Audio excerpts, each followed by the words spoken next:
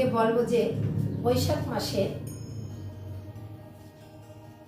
কি করলে আমরা সুসন্তান লাভ করতে পারি এবং সুমতিগত স্ত্রী লাভ করতে পারি।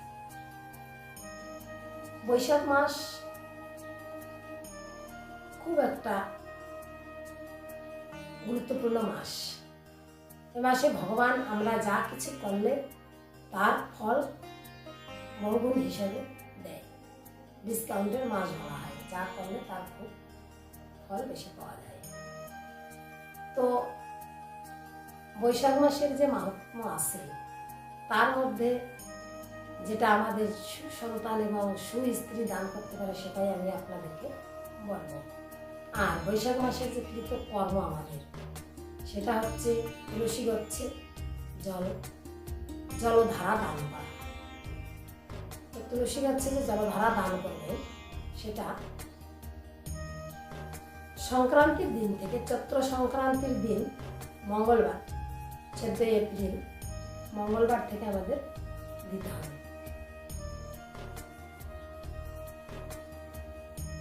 তুলসী গাছের উপরে মাটির ঘট ঝুলাতে হবে এবং ওই ঘটে তিলক দিয়ে বৈষ্ণব তিলক করে দিতে হবে। এরকম অশ্বত্থপত্র তিলক করে জল দিতে হবে এবং জলের উপরে একটা ঢাকনও দিতে হবে।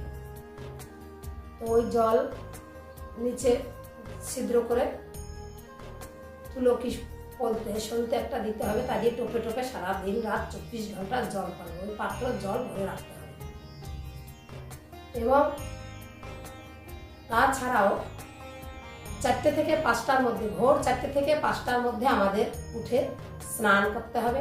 জলে গঙ্গা গঙ্গা গঙ্গা বলে 3 বার বলে বাথরুমে হোক, নদীতে হোক, খালে হোক, যেখানে হোক স্নান করে নিতে হবে। স্নান করে নিয়ে তুলসী গাছে আমাদের জল অর্পণ করতে হবে। তুলসী গাছে জল অর্পণ করার সময় আমাদের মন্ত্র বলতে হবে, ওম গোবিন্দং বল্লভং দেবীং ভক্ত চৈতন্যকারিণী স্নাপায়মি জগদ্ধাত্রী কৃষ্ণ ভক্তি প্রদায়িনী বলে 3 বার এই মন্ত্র বলে জল দান করতে হবে। তুলসী গচ্ছ প্রদক্ষিণ মন্ত্র 3 বার বলে তারপরে তুলসী প্রদক্ষিণ মন্ত্র, জানি কানি চ পাপিনি ব্রহ্মহত্যাদি কানি চ তৎসর্বং বিলিয়ং জাতি তুলসী প্রদক্ষিণা। এই মন্ত্র বলে তুলসীকে 4 বার বলতে হবে এবং 4 বার প্রদক্ষিণ করতে হবে। তারপরে তুলসী প্রণাম মন্ত্র, ওম বৃন্দাই তুলসী দেবী প্রিয়াই কেশবস্য চ কৃষ্ণ ভক্তি উদয় দেবী সত্যভক্তই নমো নমঃ। এরকম ভাবে আমাদের সারা মাস তুলসী জল অর্পণ, প্রদক্ষিণ এবং প্রণাম করতে হবে। আর যে ঝরাটা যে দেওয়া হবে ওই মাটির ঘটের মধ্যে সব সময় জল পূর্ণ অবস্থায় রাখতে হবে, যাতে তুলসী মাতা সারা বৈশাখ মাস ভরে জল পায়।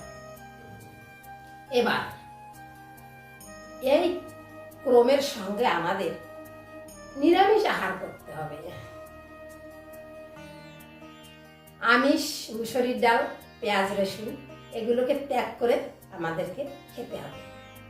তো আমরা যদি আমাদের গীতাও পাঠ শুনতে হবে, ভাগবতম আদি যদি পারি তো একটু গীতা পাঠ করতে পারি, কি শুনেও নিতে পারি 5 মিনিটের জন্য, পাঠ করতে পারলে পাঠও করতে পারি।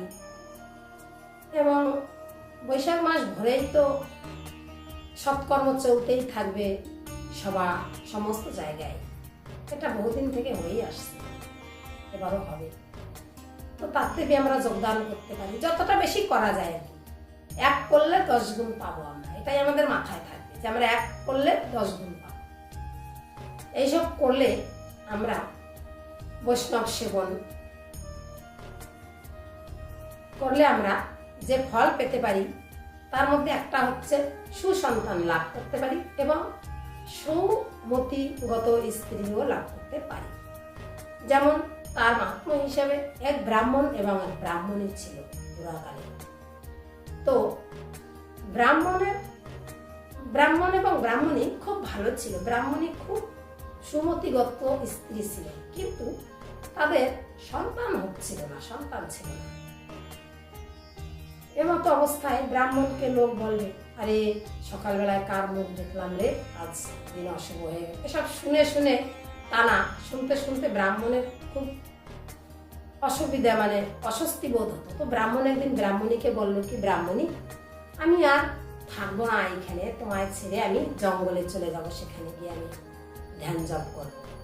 কেননা এই গ্রামে থাকলে সবাই আমাকে বলে সকালবেলায় কার মুখ দেখলাম, নিঃসন্তান। তো বলাতে ব্রাহ্মণী বলছে কি, আচ্ছা হ্যাঁ ঠিক আছে, যাবাতে তো চলো আমরা একটু গুরুগৃহ থেকে ঘুরে আসি, তারপরে একসঙ্গে ঘুরে আসার পরে তুমি যাবা। তো গুরুগৃহ ছিল ওনাদের বশিষ্ঠ মুনির গুরু বশিষ্ঠ মুনি ছিল। তো তখন ওনাদের কাছে গিয়ে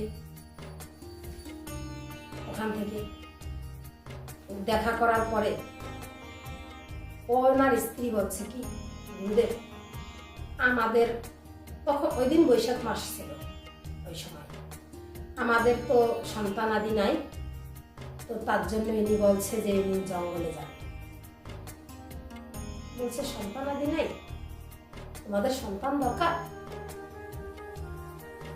কি ধরনের সন্তান তোমাদের দরকার? 5 ধরনের সন্তান পৃথিবীতে হয়: শত্রুজাত সন্তান, ঋণজাত সন্তান, দুষ্কর্মজাত সন্তান, সুসন্তান এবং উদাসীন সন্তান। শত্রুজাত সন্তান কেমন? যেমন এই জন্মে আপনি একজনের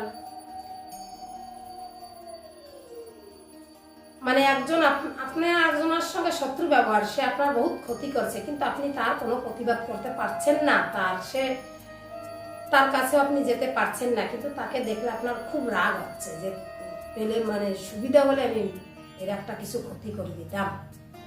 এরকমটা পরজন্মে ওই লোকের কাছে আপনি সন্তান হিসেবে যাবেন এবং গিয়ে ওনার বিভিন্ন রকমের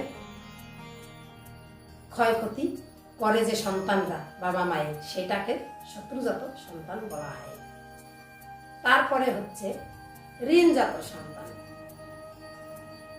যেমন আপনি কারো কাছে কিছু পাবেন, অর্থ আদি পাবেন, কিন্তু সেই লোক আপনাকে দিচ্ছে না দেওয়ার জন্য আপনার যে তার প্রতি যে একটা ক্রোধ, একটা আক্রোশ, এইটা পরবর্তী জীবনে আপনি তার সন্তান হয়ে জন্ম নিয়ে এটাকে পরিশোধ করবেন। যেমন আপনি বিভিন্ন প্রকারভাবে ঋণ করবেন, কিছু সন্তান থাকে তার বাবা মায়েদের বিভিন্নভাবে ধার দেনা করে পুরো ঋণগ্রস্ত করে দেয়, সেটাকে ঋণজাত সন্তান বলা হয়। তারপরে হচ্ছে দুষ্কর্মজাত সন্তান। যেমন আপনি আমার কোনো ক্ষতি করলেন, দুষ্কর্ম করলেন, আমি জানি যে আপনার দ্বারা আমার বড় ক্ষতি হয়েছে, আমার মেয়ের কি, আমার মায়ের কি, আমার কারো, আমার স্ত্রী, তো আমিও আপনার কিছু একটা করব, প্রতিশোধ মনের মধ্যে থাকবে, আমিও আপনার কোনো ক্ষতি করে এই দুষ্কর্মের প্রতিশোধ নেব। তো সেই ভাবনা অবস্থায় পরবর্তী জীবনে তার সন্তান হয়ে জন্মগ্রহণ করে সেই পুত্র এমন ধরনের দুষ্কর্ম করবে যে দুষ্কর্মের জন্য তার বাবার মাথা আর কাটা যাবে। সে আর এবি যত যন্ত্রণায় ছিল সে বি তত যন্ত্রণায় থাকবে, পুত্র কিছু করতেও পারবে না, এদিকে যন্ত্রণা থাকবে এরকম। তারপরে সুসন্তান, যে সন্তান সমস্ত কর্ম সম্পূর্ণভাবে সম্পন্ন করবে এবং বাবা মায়ের কাজ কর্ম করবে, বৈষ্ণব সেবা আদি যা করে সুসন্তানেরা, বাবা মায়ের সুনাম যশ বাড়াবে। তখন ব্রাহ্মণ বলছে, হ্যাঁ আমার এরকমই সন্তান দাও। ব্রাহ্মণী বলছে, আরে ঠিক আছে, আরো বলতে দাও গুরুদেবের 5ম নম্বর সন্তান।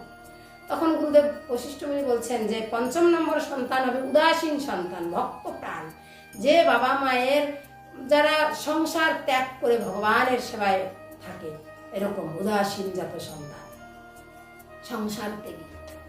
তো তখন বলছে, ঠিক আছে, আমাদের এই সুসন্তান হলেই আমাদের হবে। তো ঠিক আছে, সুসন্তান হলে যদি হবে তাহলে তোমরা এই বৈশাখ মাস কিছুদিন আছে, এই বৈশাখ মাসকে ভালোভাবে পালন করো, ঘরে ওঠো, স্নান করো, তুলসী সেবন করো এবং বৈষ্ণব আদি সেবন করো, বৈষ্ণবদের সেবা কার্য করো, সৎসঙ্গ করো, গীতা ভাগবতমাদি ইত্যাদির সঙ্গে যুক্ত হও, তো তোমাদের সন্তান হবে। তখন যাবার সময় ব্রাহ্মণ ভাবছে কি, আমার স্ত্রী এত ভালো কি করে হলো, আমার স্ত্রী, আমি নিঃসন্তান, মানুষ আমায় এত অসুবিধা করে, এত টানা মারে, আমার স্ত্রী কখনো কোনোদিন আমায় কিছু কয়নি, এত সতীসাধ্যী, এত ভালো স্ত্রী আমার কি করে হলো। গুরুদেবের একটু জিজ্ঞেস করি।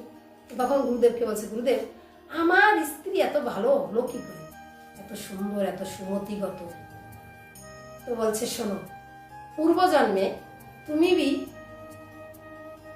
যখন গৃহস্থত্বে ছিলে, তোমাদের ঘরে একজন ব্রাহ্মণ আসছিল, বৈষ্ণব আসছিল, বৈশাখ মাসের 3 দিন থাকতে তোমার ঘরে আসছিল।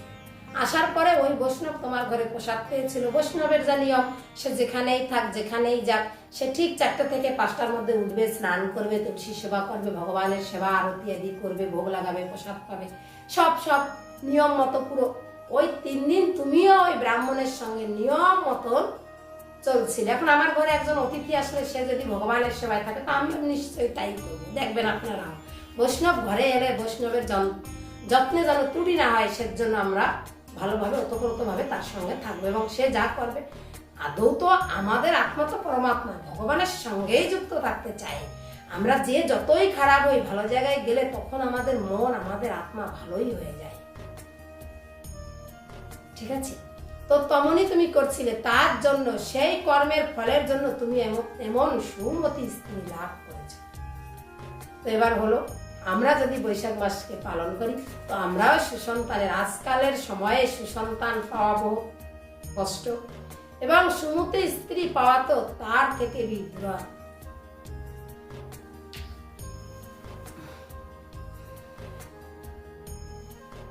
মানে সুমতি স্ত্রী পাওয়া তো দুঃসাধ্য, তার থেকেও দুঃসাধ্য সন্তানের থেকে। তো যাই হোক, আমরা বৈশাখ মাস পালন করব। বৈশাখ মাসে আমিষ খেলে আমাদের চর্মরোগী হয়, যার জন্য পুরানো কালের থেকেই বহু মানুষ এই পবিত্র বৈশাখ মাসে আমিষ গ্রহণ করে না। তো যাই হোক, আপনারা যে যতটুকু পারবেন করবেন, আমিষ যদি নাও ছাড়তে পারেন তুলসী সেবন করবেন। ভিডিওর শেষে মন্ত্রগুলো থাকবে, স্নান মন্ত্র, তুলসীর প্রদক্ষিণ মন্ত্র, আর বহুত মন্ত্র আছে তুলসী মাতাকে উঠানোর জন্য। ওই সময় আপনারা ভোরবেলায় 3টা হাতে তালি দিয়ে হরে কৃষ্ণ মহামন্ত্রই জপ করেন, অসুবিধা নেই। যদি এই মন্ত্র আপনাদের বলায় অসুবিধা হয়, তো আপনারা সমস্ত কার্য হরে কৃষ্ণ বলেই সমাপন করেন। হরে কৃষ্ণ কৃষ্ণ কৃষ্ণ হরে হরে, হরে রাম রাম রাম হরে হরে। এই যে আমাদের হরিনাম মহামন্ত্র, আমাদের সর্বসিদ্ধি ফলদাতা। এই মহামন্ত্র জপ করে আপনি সমস্ত কাজ সমাপন করতে পারেন। হরে কৃষ্ণ। ভালো থাকবেন। তুলসী গাছে জল ঢালার সময় এই মন্ত্রটি ব্যবহার করা হয়। তুলসী প্রদক্ষিণ মন্ত্র।